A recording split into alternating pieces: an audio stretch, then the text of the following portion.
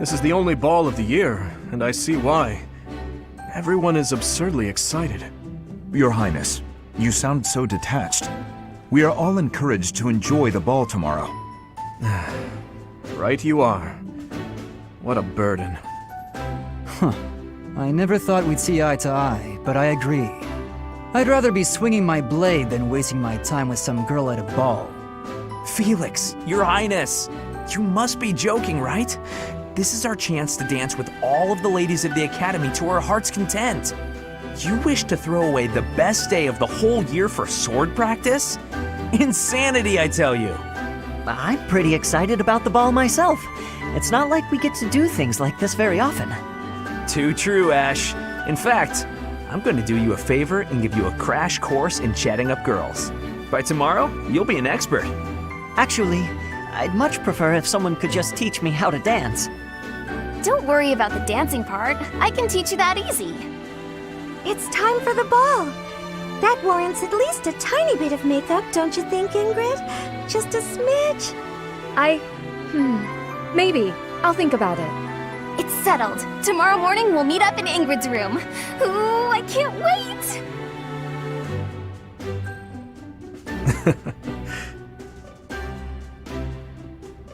You know, there's no telling where life will take us after we leave here.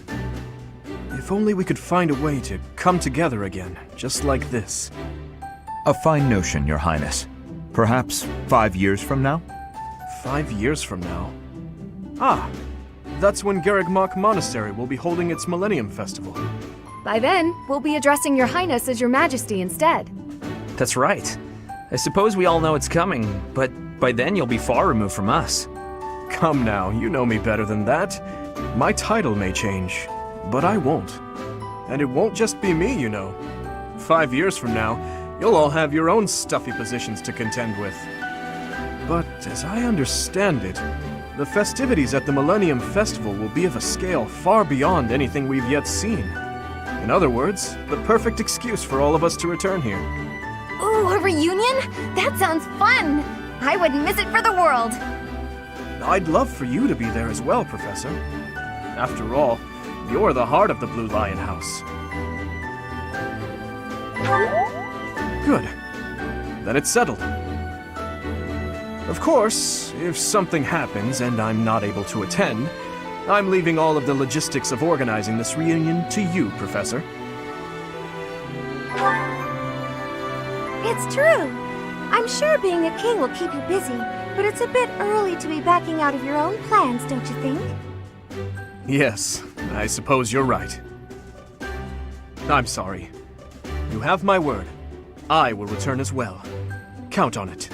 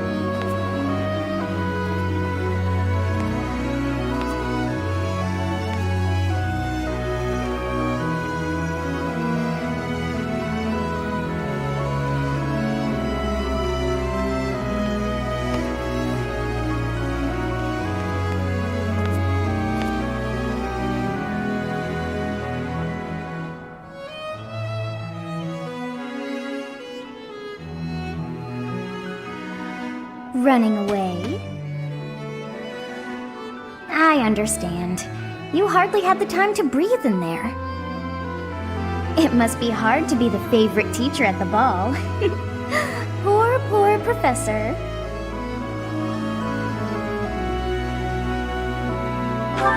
Was that a joke? I find it hard to tell with you. Just think of all the students begging you to dance.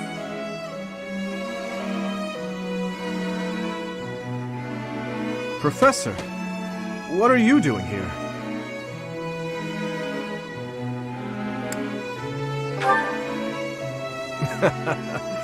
Good one, Professor.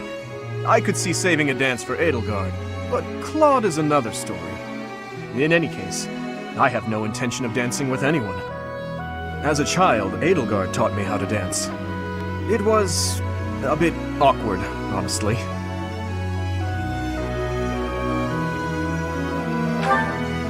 I've told you before that we're siblings by marriage, haven't I?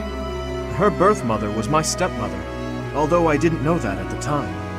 My stepmother treated me with such kindness, just as though I were her own flesh and blood. And yet she never so much as hinted that she had her own child, Edelgard. We were born and raised in different territories, without ever knowing the other even existed. Yet, against all odds, for just over a year, we became childhood friends. Indeed. Unaware of each other's stations or backgrounds, we met and became incredibly close. This was when she and Lord Arundel were living in the kingdom. They were in exile. This was a time of great turmoil within the Empire. I ran into her when visiting Lord Arundel's residence with my father. She seemed quite bored with everything. At first, I found her to be difficult and stubborn. But that facade quickly fell away, revealing her true self beneath. That's around the time when she taught me how to dance. Her instruction was, oh, let's call it strict, to put it nicely. Wrong foot, Dimitri. You're supposed to lead with your right. Hell, the sun's going down. I really ought to be heading home. That 1 year before she had to return to the Empire was so much fun. The time of my life in many ways. It's kind of pathetic to think about it all these years later. But can you guess what I gave her as a parting gift?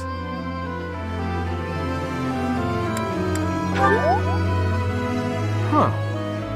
Good guess, Professor. But I swear, it came from the heart. In Fargus, we've long considered blades as tools of destiny, as a way to cut a path to a better future. She was being dragged all over, unable to live the life she wanted. I thought the dagger could help her cut a path to the future she dreamed of. However, that was many years ago. I'm sure she's forgotten all about the boy I was back then.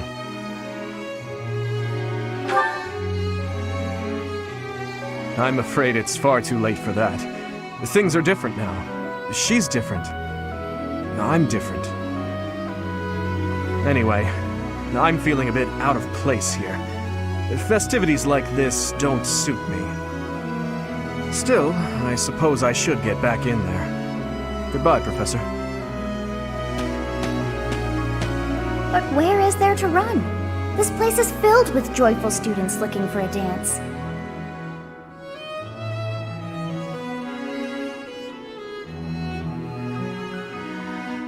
Ah, I see. The Goddess Tower waits for you.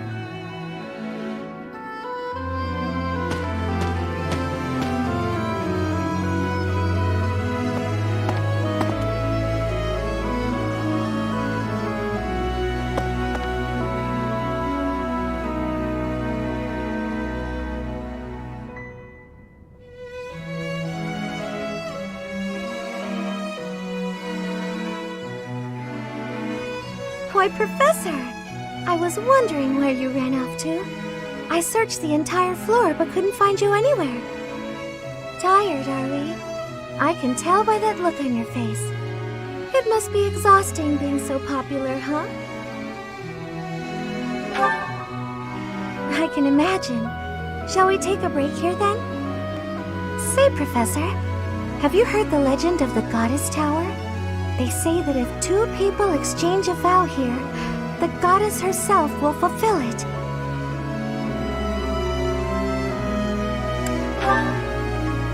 Ah, so even you have heard that one. The stories must travel far. Many young couples come here in private, all thanks to that legend. They make promises to stay together forever, things like that. I actually saw a man invite a lady to join him at the tower while on my way here. It's rather romantic, don't you think?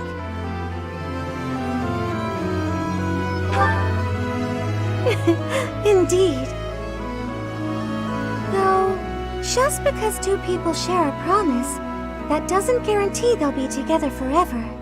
You've noticed many nobles at the Academy, right? They very rarely have the freedom to choose their own partners. Yet still they wish to stay together. Maybe that's why they pray to the goddess. Are you waiting on anyone, Professor?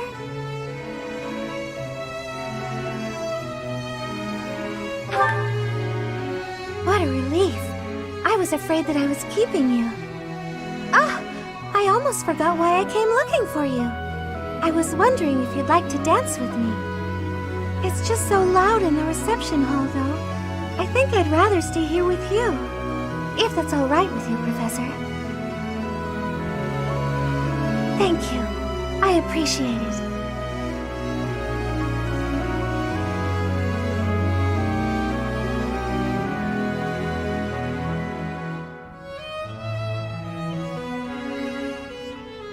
It seems that everyone is having a delightful time. Will you not dance some more?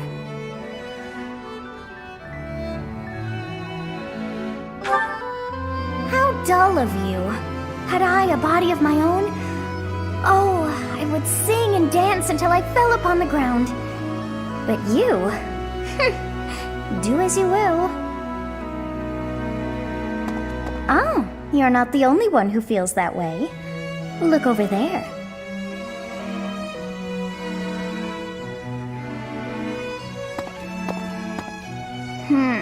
I'm bored beyond compare. Will you not follow her?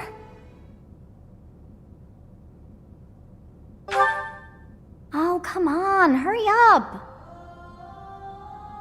I know that you are curious to see what she is up to. I hear someone singing from over there.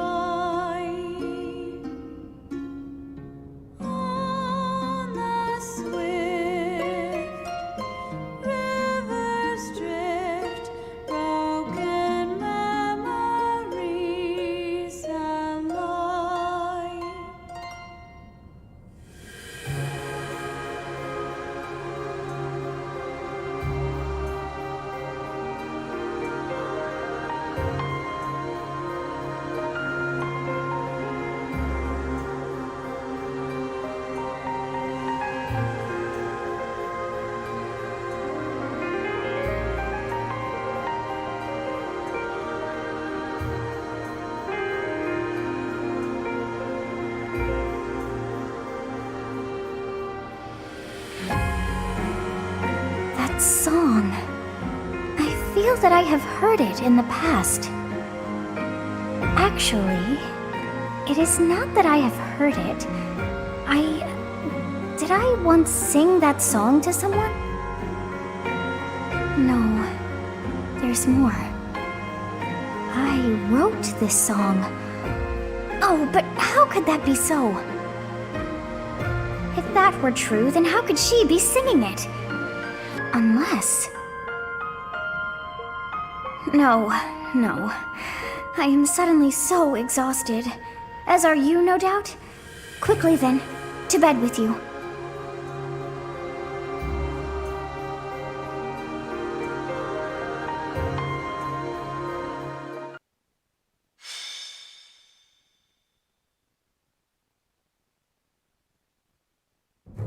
Captain?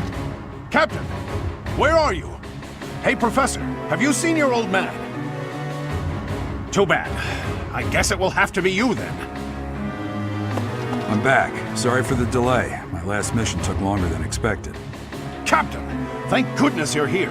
There are reports of demonic beasts near the chapel. Nonsense. I haven't heard anything about the monastery's walls being breached. That's why I'm heading there now, to see what's really going on. You'll join as well, won't you? Of course. We're both sworn to protect this place. It's art. Just before they appeared, someone saw a number of students heading toward the chapel. They were apparently acting strange, as though they weren't in their right minds. Shortly after, demonic beasts started to appear, one after another.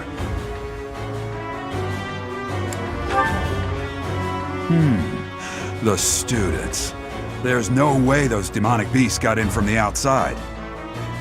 But none of that matters right now. We need to act. Go summon your students. Damn it! I wanted to talk to you about something important, but there's no time. Oh, there's never any damn time. But this is much more urgent, so it can hold for now. I'll meet you there.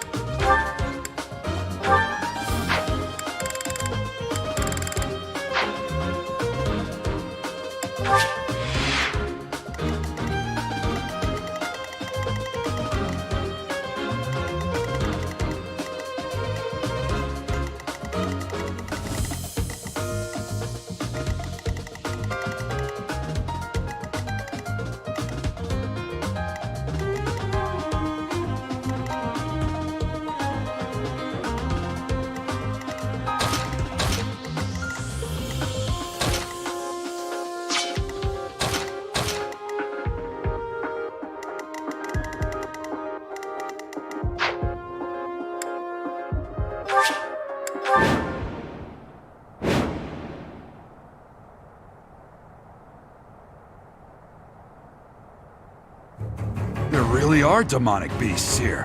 They're emerging from the chapel. I'll head that way. The rest of you, protect the students who weren't able to get away. Help me! These beasts, they're... Somebody, help me! You stupid beasts! Don't you dare come over here! Here we go! I'll go.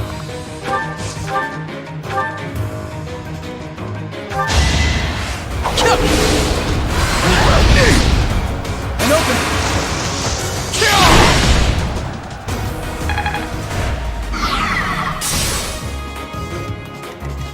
What should I do?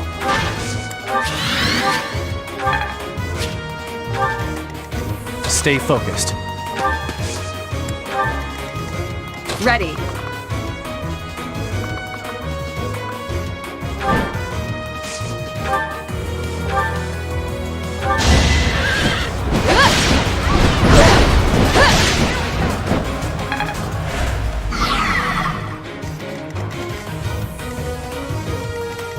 I'm on it.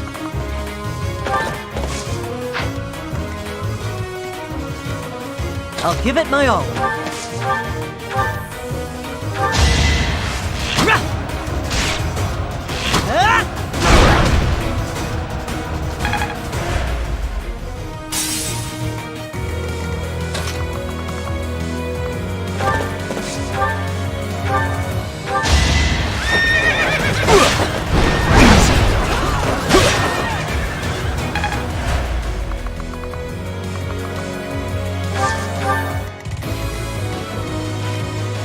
I'll cut through.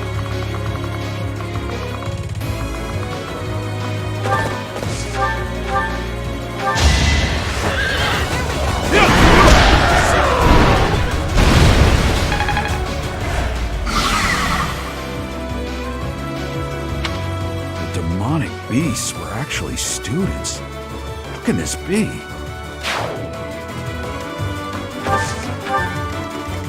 I'll crush them all. Here goes.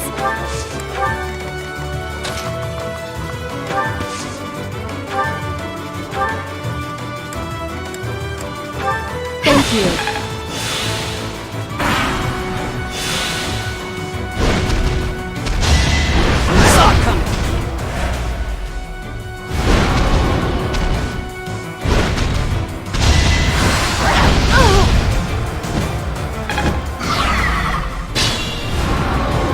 Beast. There's a stone or something on its forehead.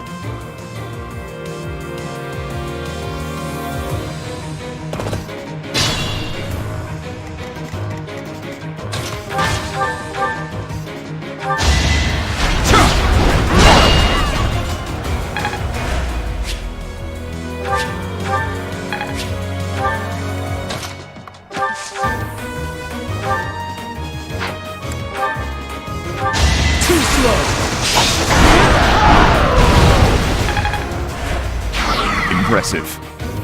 Thank you! But my friends who couldn't get away, are they okay?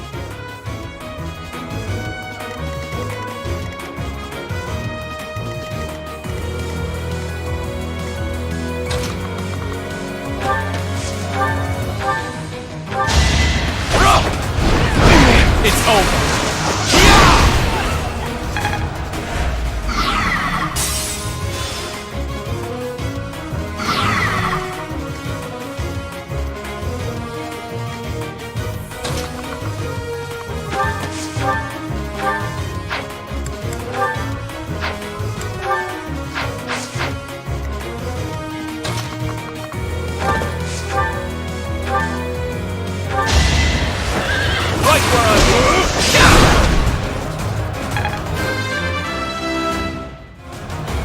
Still...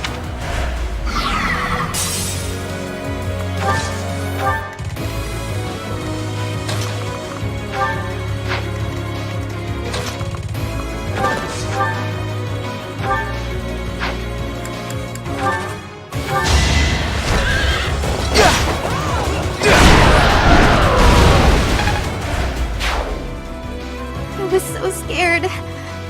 I'll find a way to repay you. I promise.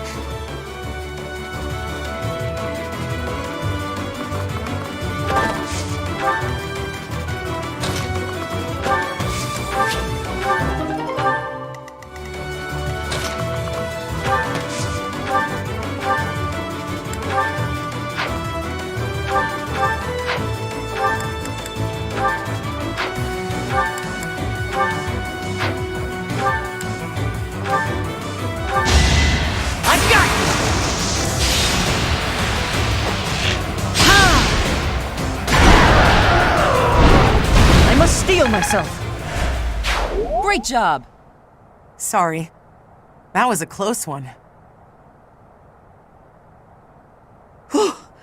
You saved me!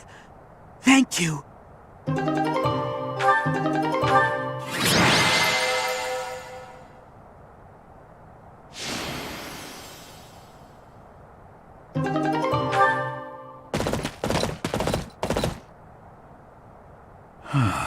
There isn't a trace of evidence to be found in the chapel.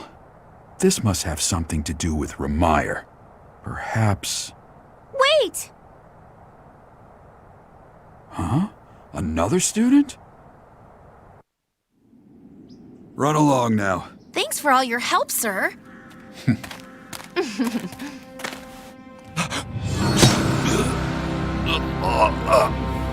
You're just a pathetic old man. How dare you get in the way of my brilliant plan, dog?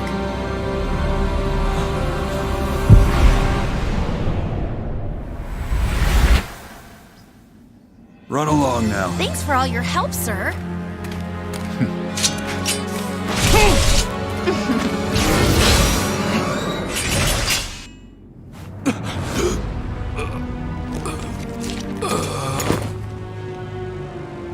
Huh? What are you doing here? You must survive, merely because there is still a role that I require you to fulfill.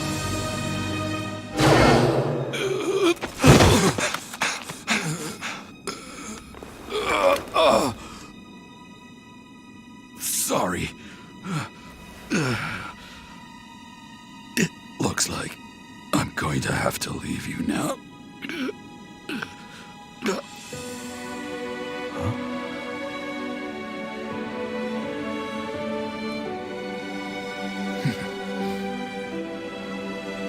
To think that the first time I saw you cry, your tears would be for me.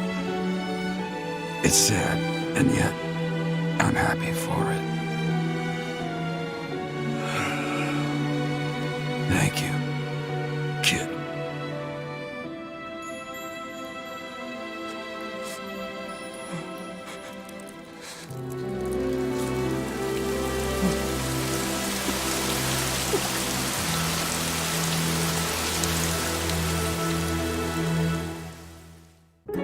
So this is where your father lived. Are you still crying? If turning back the hands of time was not enough to save his life, you must accept what came to pass was fate.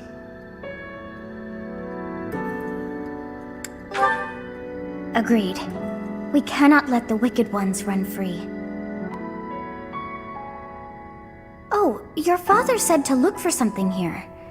He must have been referring to whatever is behind that bookcase there.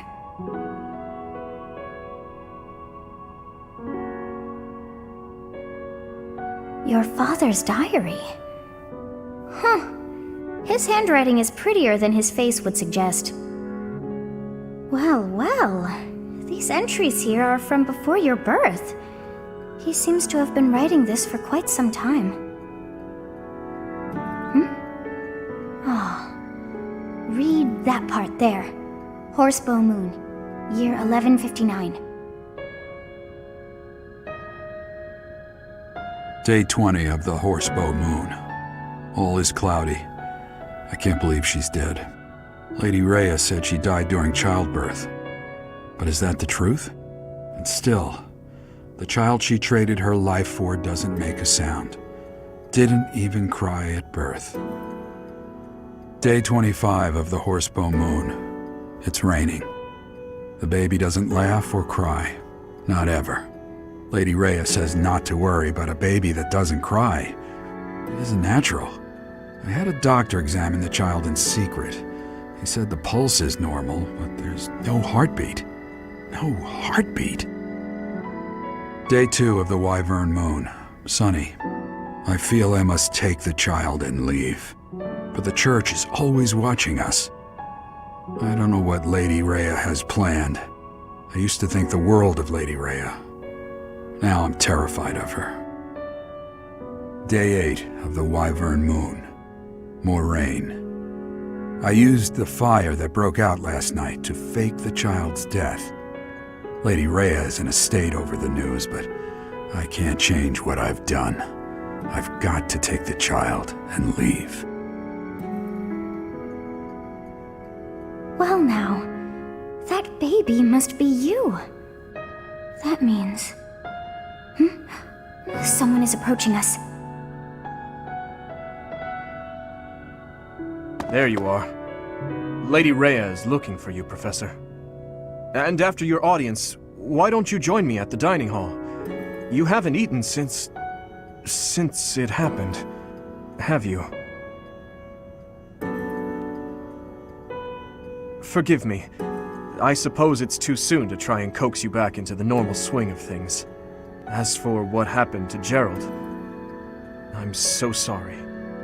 I'm sorry I couldn't do anything to stop it. Stay here until you've found some peace. I'll cover for you with Lady Rhea and everyone else. We'll be waiting for you whenever you're ready to return to us. I don't believe it's a sign of strength to just keep moving forward no matter what. Taking the time to grieve for those we've lost. There's strength in that too. That's what I think anyway. That said, it's also important to remember that no matter how sad you are, eventually your tears will dry up. That's when you have to figure out what it is you're living for. Then you can cling to that with all your might and start moving forward again. 4 years ago in Dusker, I experienced the same pain you're feeling now. My father was the strongest man I knew, someone I loved and admired deeply. That day, he was killed before my eyes. His head severed clean off. My stepmother, the kindest person I had ever known, left me behind and disappeared into the infernal flames. Everyone who I considered precious, my family and my closest friends, I couldn't save any of them, not a single one. Now, the burden of the work they left behind falls on me. I must ensure they have no regrets. That's my duty as the sole survivor of the tragedy.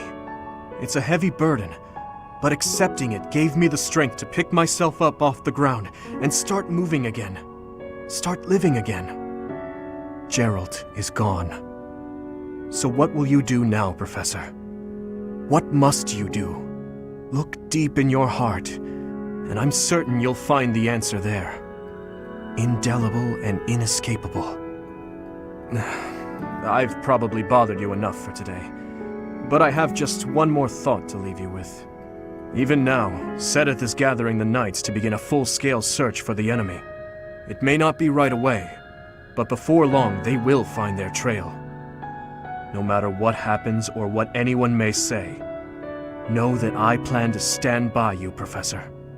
Through anything. Until the bitter end. Well, did you search deep within yourself as he suggested? And did you find yourself some answers? This book is filled with secrets yet unknown. We must return another time to read the rest. Oh, but I have at least figured one thing out. I know now why our fates are intertwined.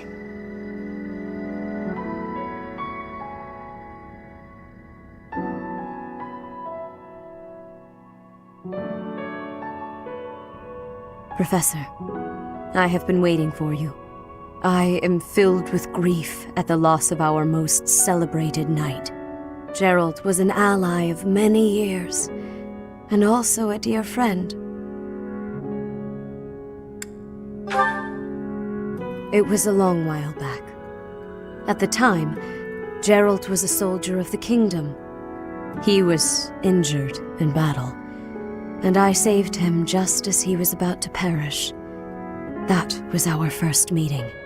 After that, he became a knight of Seros. He gave his all in service of the church. He fell in love with one of the nuns here at Garrigmach. Their love produced a child, whom she died giving birth to.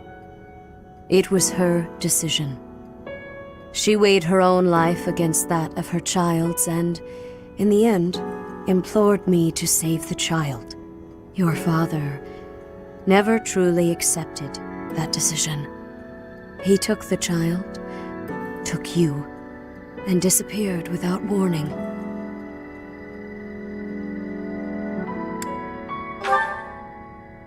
Your mother, she was my... Sorry for the interruption, Lady Rhea. There's something you must hear immediately. A report from the knights patrolling the area. Very well. Professor, you are dismissed for the day. Please rest and focus only on mending your heart. Understood?